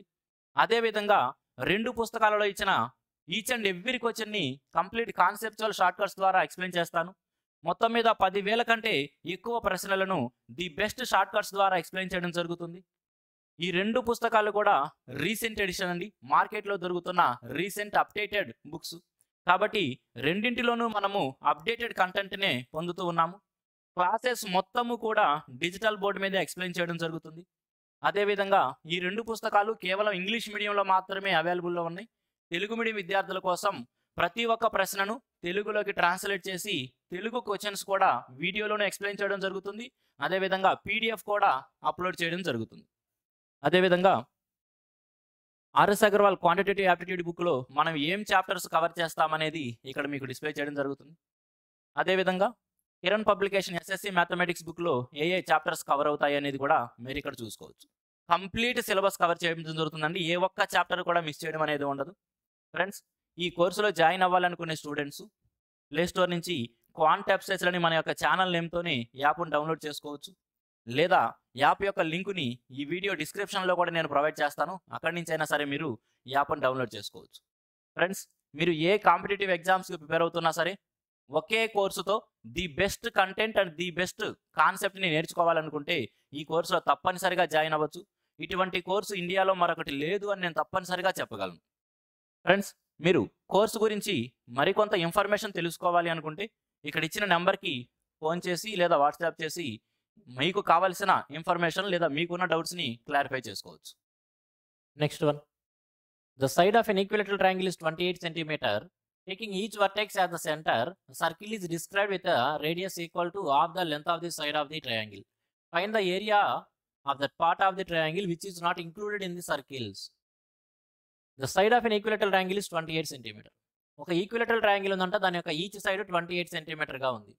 ఒక ఈక్విలేటరల్ ట్రయాంగిల్ ఉందండి, ఒక సమబాహు త్రిభుజం ఉంది, దాని యొక్క ఈచ్ సైడ్ 28 సెంటీమీటర్స్గా ఉంది. ఈ ట్రయాంగిల్ యొక్క ఈచ్ వర్టెక్స్ని సెంటర్గా తీసుకుంటూ ఈ ట్రయాంగిల్ యొక్క సైడ్లో హాఫ్ అంటే దాంట్లో సగం పొడవు కలిగి ఉండే రేడియస్ని బేస్ చేసుకొని 3 సర్కిల్స్ని గీశారంట. అంటే ఈచ్ వర్టెక్స్ ఏదైతే ఉందో ఈ 3 వర్టెక్స్ని కూడా సెంటర్స్గా తీసుకుంటూ ఈ సైడ్ యొక్క half of the length equal to రేడియస్గా ఉండే విధంగా 3 సర్కిల్స్ అనేవి గీశారు. ఎలా గీశారండి? ఈ విధంగా.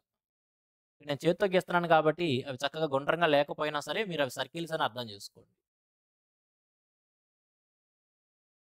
అదేవిధంగా దీన్ని కూడా బేస్ చేసుకొని ఈ విధంగా సర్కిల్స్ గీశారు. ఇప్పుడు ఈ మధ్యలో మిగిలిపోయింది కదా పోర్షను, దీని యొక్క ఏరియా అడుగుతున్నాడు. బేసిక్గా చేయాలంటే ఏం చేస్తామంటే ముందు ఈ ట్రయాంగిల్ యొక్క ఏరియాలో నుంచి ఈ 3 సెక్టార్స్ యొక్క సమ్ ఆఫ్ ది ఏరియాస్ తీసేస్తాం. అంటే √3/4a². ఈక్విలేటరల్ ట్రయాంగిల్ యొక్క ఏరియాకి √3/4a². దాంట్లో నుంచి ఇక్కడ ఇది 60, ఇది 60, ఇది 60 కాబట్టి 180. 180 is equal to half of the circle. కాబట్టి సర్కిల్ యొక్క ఏరియాకి πr², దాంట్లో half √3/4a² minus half πr² చేసి చేయాల్సి ఉంటుంది. క్యాల్కులేషన్ చాలా పెద్ద క్యాల్కులేషన్ అవుతుంది. ఎగ్జామ్ పాయింట్ ఆఫ్ వ్యూలో ఇటువంటి క్వశ్చన్ అక్కడ సాల్వ్ చేయడం కష్టమైంది. కాబట్టి ఏం చేస్తామంటే మనం మెన్సరేషన్ చెప్పుకునేటప్పుడు ఇటువంటి క్వశ్చన్స్, రెగ్యులర్ క్వశ్చన్స్ ఏవైతే ఉన్నాయో ఇటువంటివి, వీటికి సంబంధించి ఈ మధ్యలో ఏరియా ఏదైతే ఉందో దానికి డైరెక్ట్ రిజల్ట్ చెప్పుకుంటాము. దాని డైరెక్ట్ రిజల్ట్ వచ్చేటప్పటికి 0.04a². అప్రాక్సిమేట్ ఎగ్జాక్ట్ వాల్యూస్ రావండి, డెసిమల్స్లో కొద్దిగా తేడా వచ్చింది, జస్ట్ డెసిమల్స్ తేడా వచ్చింది అంతేను. అప్రాక్సిమేట్గా 0.04a². నిజానికి చెప్పాలంటే 0.039a². 0.039a² రాయాలి. దాన్ని ఇంకొద్దిగా అప్రాక్సిమేట్ చేసుకుని 0.04a² అని చెబుతుంటాం.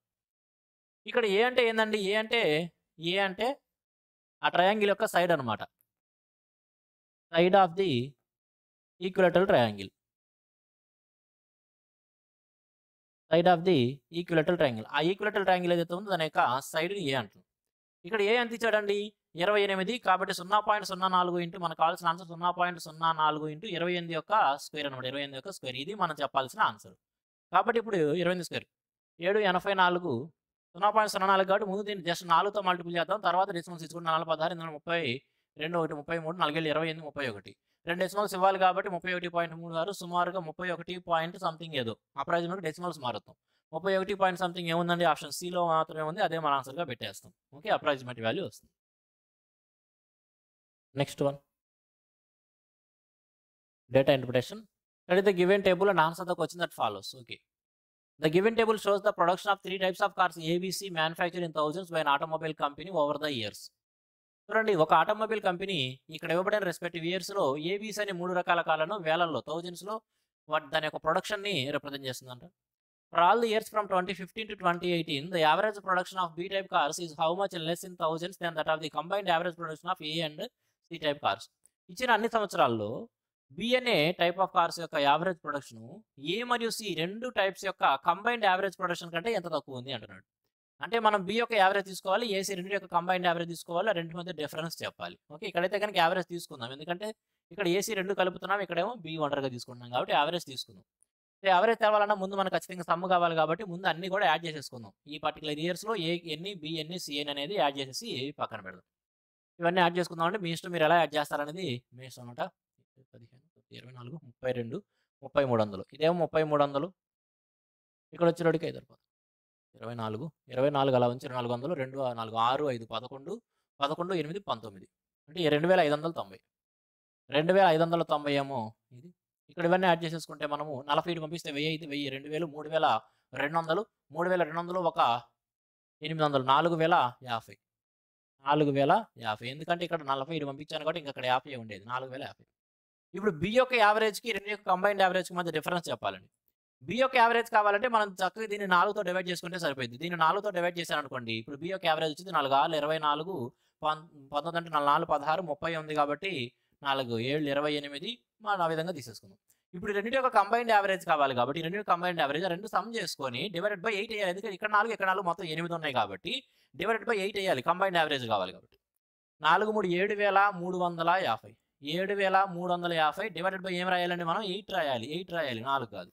8తో కొట్టేస్తే 8,972, 15 కాబట్టి 8 ఒకటి 78 కాబట్టి 8 64, 68 కాబట్టి 8 7 56. ఈ విధంగా అక్కడ ఆపేద్దాంలేండి. 647 దీంట్లో నుంచి తీసేయాలి, దీంట్లో నుంచి తీసేయాలి కాబట్టి జస్ట్ డెసిమల్ 2 పెడుతున్నాను. 8 నుంచి చెడిపోతే 1, 11 నుంచి 47, 8 నుంచి 42, 271 సంథింగ్. 271 పాయింట్ ఆప్షన్ బి అనమాట.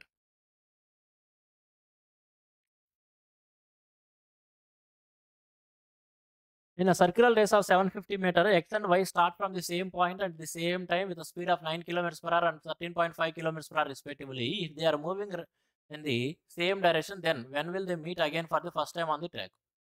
750 మీటర్ల పొడవైన ట్రాక్ పైన అంటే ఎక్స్ మరియు వై అనే ఇద్దరు వ్యక్తులు ఒకే సమయంలో ఒకే పాయింట్ దగ్గర నుంచి ఒకే దిశలో 9 and 13.5 km/h వేగాలతో తమ యొక్క ప్రయాణాన్ని స్టార్ట్ చేశారు. వారు again for the first time on the track. మరలా ట్రాక్ పైన వాళ్ళిద్దరు కూడా మొదటిసారి ఎప్పుడు కలుసుకుంటారు? వాళ్ళిద్దరూ కూడా మొదటిసారి ఎప్పుడు కలుసుకుంటారంటే ఫాస్ట్గా పరిగెత్తే వ్యక్తి ఈ స్లోగా వెళ్ళే వాడి కంటే కూడా ఒక ట్రాక్ ఎంత అయితే పొడవు ఉందో, లెంత్ ఆఫ్ ది ట్రాక్ ఎంత అయితే ఉందో అంత ఎక్కువ దూరం ప్రయాణించినప్పుడు. ఇక్కడ length of the track 750 metres అన్నాడు కాబట్టి 750 మీటర్స్ దూరాన్ని ప్రయాణించినప్పుడు ఇప్పుడు వీళ్ళిద్దరు కూడా సేమ్ డైరెక్షన్లో వెళ్తున్నారు కాబట్టి రిలేటివ్ స్పీడ్ డిఫరెన్స్ తీసుకుంటాం అంటే 13.5కి 9 మధ్య డిఫరెన్స్ 4.5. అది ఎలా ఉందండి? km/hలో ఉంది. 4.5 km/hలో ఉంది. దాన్ని మీటర్/సెకండ్లో మార్చడం కోసం ఇంటూ 5/18 తీసుకుంటున్నాను. ఇంటూ 5/18 కావాలంటే ఇక్కడ ఇంకోటి 0 పెడితే డెసిమల్స్ని మర్చిపోవచ్చు, ఇక్కడ డెసిమల్స్ని మర్చిపోవచ్చు. లేదా 4.5 అలానే ఉంచి అక్కడ పెట్టుకున్నా సరే ఇక్కడి నుంచైనా క్యాన్సిల్ చేసుకోవచ్చు. అది మీ ఇష్టం అనమాట. డెసిమల్ పెట్టాలని రూల్ ఏం లేదు. 4.5తో మేము క్యాన్సిల్ చేస్తామన్నా మాకు ఇబ్బంది లేదంటే ఏం ప్రాబ్లం లేదు. ఇది 4 టైమ్స్ పోయిద్ది అనమాట. 5తో క్యాన్సిల్ చేస్తే 5 15 కాబట్టి 150. 150 4 ఎంత అండి? 600. ఇప్పుడు దేంట్లోకి మారిందండి? సెకండ్స్లోకి మారింది కాబట్టి 600 సెకండ్ల తర్వాత వాళ్ళిద్దరు కూడా ఫస్ట్ టైం కలుసుకుంటారు. లేదా వేగంగా వెళ్ళేవాడు స్లోగా వెళ్ళేవాడిని క్రాస్ చేస్తాడు అని అడిగినా కూడా ఒకటేనండి. Next one. A bus travels 1/3 of the distance initially at the speed of 40 km/h. The next 1/3 distance, 1/3 of the distance at 50 km/h and the final 1/3 of the distance at 60 km/h. Find the average speed of the bus for the entire journey.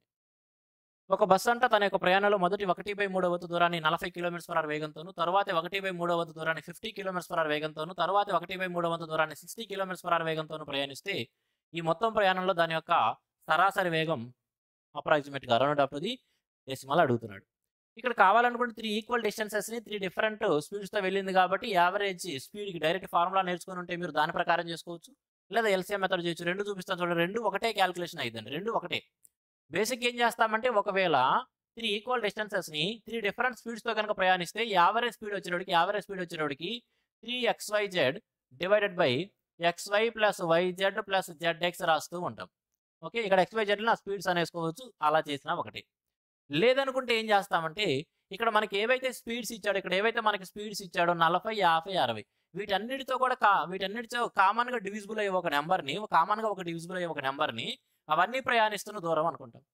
ఇక్కడ 40, 50, 60 ఉన్నాయి, 40, 50, 60 ఉన్నాయి. వాటన్నిటి చేత కూడా కామన్గా divisible అయ్యేది నేను just 600 తీసుకుంటున్నాను. ఒకే నెంబర్ తీసుకోవాలని లేదు, మీ ఇష్టం అది. ఆ మూడింటి చేత కూడా కామన్గా డివిజిబుల్ అయ్యే నెంబర్ ఈచ్ డిస్టెన్స్ 600 అంటున్నాను. ఈచ్ డిస్టెన్స్ 600 అయినప్పుడు 3 డిస్టెన్స్లు ఉన్నాయి కదా, కాబట్టి ఏం చేస్తాం, దీన్ని 3 టైమ్స్ చేస్తాం, అంటే 3 × 600 డివైడెడ్ బై. ఇప్పుడు మొదటిది ఇదే 600 కిలోమీటర్ల దూరాన్ని 40 స్పీడ్తో వెళ్తే ఎంత టైం పట్టిద్దండి, 15. తర్వాతది అదే 600 కిలోమీటర్ల దూరాన్ని 50 స్పీడ్తో వెళ్తే ఎంత టైం పట్టిద్దండి, 12. తర్వాత అదే 600 కిలోమీటర్ల దూరాన్ని 60 స్పీడ్తో వెళ్తే ఎంత టైం పట్టిద్దండి, 10. ఇలా అయినా సరే రాసేసుకోవచ్చు. అప్పుడు ఏమైంది, 1800 డివైడెడ్ బై 15, 12, 27, 37. ఓకే, ఇలా అయినా సరే చేయొచ్చు. లేదా ఇందాక నేను చెప్పినట్టు 3xyz అర్ధ రాసినా కదా వచ్చి చూడండి, 3 × xyz అంటే ఇక్కడ 40 × 50 × 60, 40 × 50 × 60 డివైడెడ్ బై xy అంటే 40 × 50 దట్ ఈస్ 2000 ప్లస్ ఈ 3000 ప్లస్ 6 2400. ఇవన్నీ యాడ్ చేసుకున్నా కూడా అదే అయిద్దండి, ఇవన్నీ యాడ్ చేసుకున్నా సరే 2 3 5 7400, 7400. కాబట్టి 7400 ఇక్కడ రాసి తర్వాత క్యాల్కులేట్ చేసుకున్నా కూడా అదే అయింది. చూడండి, ఇప్పుడు 2 సున్నాలు తీసేస్తే ఈ 2 సున్నాలు తీసేద్దాం, ఇక 2తో కొట్టేస్తే 2 37, 2 3. ఇప్పుడు కూడా చూడండి, 4 12 13 36 35 180. కాబట్టి 180 పక్కన 0 ఉంది, 1800 డివైడెడ్ బై 37 అయింది, 1800 డివైడెడ్ బై 37. ఎక్కడైనా అదే అయిద్దండి. ఎలా రాసినా సరే 3xyz by xy plus yz plus zx అని రాసినా, లేదా ఈ విధంగా ఎల్సీఎం మెథడ్ తీసుకొని రాసినా అక్కడైనా ఒకటే అయిద్దండి. ఏదో ఒకటి చేయండి చాలు, రెండు అక్కర్లేదు. ఓకే, సరే ఇప్పుడు సింప్లిఫై చేసుకుందాము. 37 ఎన్నిసార్లు వెళ్ళగలమండి, 5 సార్లు అయితే వెళ్ళలేము. ఎందుకంటే 150 35, 185, 185 అంటే 5 సార్లు అయితే వెళ్ళలేము. 5 సార్లు కంటే కొద్దిగా తక్కువ, అంటే 5 అంటే ఇక్కడ మనం 50 కంటే కొద్దిగా తక్కువ. 5 సార్లు ఎందుకంటే ఇంతవరకు తీస్తే పక్కన 0 వచ్చింది కదా, అంటే 50 కంటే కొద్దిగా తక్కువ, 50 కంటే కొద్దిగా తక్కువ అనేది ఆన్సర్గా పెడతాం. 50 కంటే కొద్దిగా తక్కువగా ఉన్నది ఆన్సర్గా పెడతాం, ఆప్షన్ ఏ పెట్టేయచ్చు. 3 pipes P, Q, R can fill a session in 40 minutes, 80 minutes and 120 minutes respectively. Initially, all the pipes are open. After how much time in minutes should the pipes Q and R turned off so that the system will be completely filled in just half an hour? 3 pipes P, Q, R can fill a session in 40, 80 and 120 minutes respectively. P, Q, R అనే 3 pipes అంట ఒంటరిగా ఒక సిస్టమ్ని, ఒక తొట్టిని వరుసగా 40, 80, 120 నిమిషాలు నింపగలవు. కాబట్టి అన్నిటి చేత రివిజిబుల్ అయ్యే విధంగా 240ని దాని యొక్క టోటల్ కెపాసిటీ అన్నా, లేదా టోటల్ చేయాల్సిన వర్క్ని 240 టోటల్ వర్క్ని. ఇప్పుడు పీక్యూఆర్ యొక్క వరుస కెపాసిటీలు, పీక్యూఆర్ యొక్క రెస్పెక్టివ్ కెపాసిటీస్, పీ 40 నిమిషాలు నింపుతుంది కాబట్టి 4 6లు కాబట్టి దాని యొక్క 6, తర్వాత 80 నిమిషాలు కాబట్టి 8 3లు కాబట్టి దాని కెపాసిటీ 3, తర్వాత 120 కాబట్టి 122 కాబట్టి పీక్యూఆర్. ఇంకా పీక్యూఆర్ అని కూడా రాయాల్సిన అవసరం లేదు, మనం ఏం రాస్తామని మనకు తెలిస్తే చాలు. క్లాస్ రూమ్లో అయితే పీక్యూఆర్ అని రాసి చూపిస్తాను, కానీ ఇక్కడ అవసరం లేదు. ప్రీవియస్ పేపర్ సాల్వ్ చేస్తున్నామంటే మనకు కనీసం ఆ జ్ఞానం ఉంటుంది కదా, ఉండాలి. తర్వాత ఏమన్నా చూడండి, initially all the pipes are open. స్టార్టింగ్లో అన్ని పైప్స్ కూడా ఓపెన్ చేశారంట. After how much time in minutes should the pipes Q and R turned off. Q R అంటే ఈ 2 పైప్స్ కూడా ఎన్ని నిమిషాల తర్వాత కనుక మనం ఆపేసినట్లయితే అప్పుడు ఆ తొట్టె మొత్తం అరగంటలో నిండుతుంది అన్నాడు.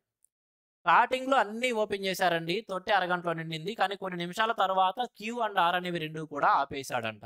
సరే, క్యూ అండ్ ఆర్ అనేవి మధ్యలో ఎప్పుడు ఆపేశాడు, కానీ ఈ ఫస్ట్ పి అనేవాడు మొదటి నుంచి చివరి దాకా పని చేస్తానే ఉన్నాడుగా, మొదటి నుంచి చివరి దాకా పని చేస్తానే ఉన్నాడు. ఎంతసేపు, హాఫ్ అన్ అవర్ అంటే 30 నిమిషాల పాటు. మరి 30 నిమిషాల్లో వీడు ఎంత పని చేయగలడంటే, 30 నిమిషాల్లో వీడు ఎంత పని చేయగలడంటే ఒక్కొక్క నిమిషానికి 6 చొప్పున 30 నిమిషాలు 180 చేసేసాడు. ఇక రిమైనింగ్ వర్క్ ఏముందండి, రిమైనింగ్ వర్క్ ఏంటంటే మొత్తం 240లో 180 తీసేస్తే ఇంకా 60 వరకు జరిగింది. ఈ 60 వరకు ఎవరు చేశారంటే వీళ్ళిద్దరు కలిసి చేశారు. వీళ్ళిద్దరు కలిస్తే ఒక నిమిషానికి 3 + 2 5 చేయగలరు, అంటే 60 వాళ్ళిద్దరు కూడా 12 నిమిషాలు నింపుంటారు. అంటే వాళ్ళిద్దరూ 12 నిమిషాల పాటు కలిసి పనిచేశారు. వాళ్ళిద్దరూ 12 నిమిషాల పాటు కలిసి పనిచేశారు. మరి 12 నిమిషాల పాటు కలిసి పనిచేశారంటే వర్క్ స్టార్ట్ అయిన 12 నిమిషాల తర్వాత వర్క్లో నుంచి వెళ్ళిపోయారనే కదా అర్థం. ఇక్కడికి వచ్చి 2 విధాలుగా అడగచ్చు. వాళ్ళిద్దరు కూడా after how much time in main should the pipes Q and R be turned off. Starting నుంచి ఎన్ని నిమిషాల తర్వాత ఆ రెండు ఆపేశారని అడిగినా, లేదా ఆ ఇద్దరు వ్యక్తులు అవ్వచ్చు, ఆ రెండు పైపులు అవ్వచ్చు, ఎంత కాలం పాటు పని చేశారన్నా కూడా అదే ఆన్సర్ అయ్యింది. ఆన్సర్ ఎట్లా అడిగినా సరే అదే 12 అయ్యింది. Option D answer. Okay, just ఈజీగా ఆలోచించండి, ఈజీగా అయిపోతుంది.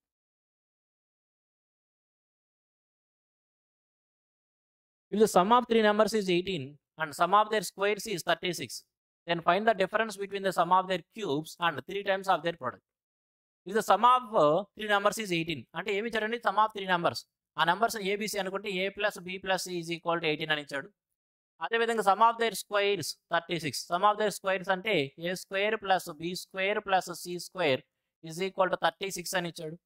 మనల్ని ఏమంటారు? Then find the difference between sum of their cubes. Sum of their cubes అంటే A cube plus B cube plus C cube and 3 times their product. 3 times their product కి మధ్య difference అంటే 3 times ఆఫ్ ఏబిసి. మనల్ని ఏమంటాడు? A cube plus B cube plus C cube minus 3abc యొక్క value ఎంత అంటున్నాడు. A cube plus B cube plus C cube minus 3abc యొక్క value ఎంత అనేది అడుగుతున్నాడు. దీనికి డైరెక్ట్గా మనం ఆల్జిబ్రాలో ఐడెంటిటీ చెప్పుకొని ఉంటామండి. ఇక్కడ మన దగ్గర A plus B plus C ఉంది, A square plus B square plus C square ఉంది. కాబట్టి దీనికి డైరెక్ట్గా మనం ఆన్సర్ ఏం చెప్పుకుంటామంటే 1/2 into A plus B plus C into 3 times of A square plus B square plus C square minus A plus B plus C whole square. డైరెక్ట్గా మనం ఈ ఐడెంటిటీ చెప్పుకొని ఉంటామండి, ఖచ్చితంగా గుర్తుండాలి. అప్పుడు ఆ వాల్యూ సబ్స్టిట్యూషన్ చేసుకొని ఆన్సర్ ఈజీ తీసుకోవచ్చు. కాబట్టి 1/2 into A plus B plus ఎంత ఇచ్చారండి? 18. 3 times of A square plus B square plus C square 36కి 3 రెట్లు అంటే ఎంత? 108 minus A plus B plus యొక్క స్క్వేర్ అంటే 18 యొక్క స్క్వేర్ 324. కాబట్టి ఇక్కడ నెగిటివ్లో వచ్చింది ఆన్సర్. నెగిటివ్లో ఉన్నది ఆన్సర్. 2 ఆప్షన్స్ ఉన్నాయి. ఒకవేళ ఒక ఆప్షన్ ఉంటే అదే పెట్టేసేవాళ్ళం. 108 తీసేయాలి. 100 తీస్తే 2 24, 2 16. 2తో కొట్టేస్తేనంటే 2 16లో నుంచి 108 అంటే 108 ఇంటూ 18 మన ఆన్సర్. మన ఆన్సర్ ఏంటండి? 18 times ఆఫ్ మైనస్ 108 మైనస్ కదా. కాబట్టి 1800 144 1944 1944 1944 నెగిటివ్లో ఆప్షన్ బి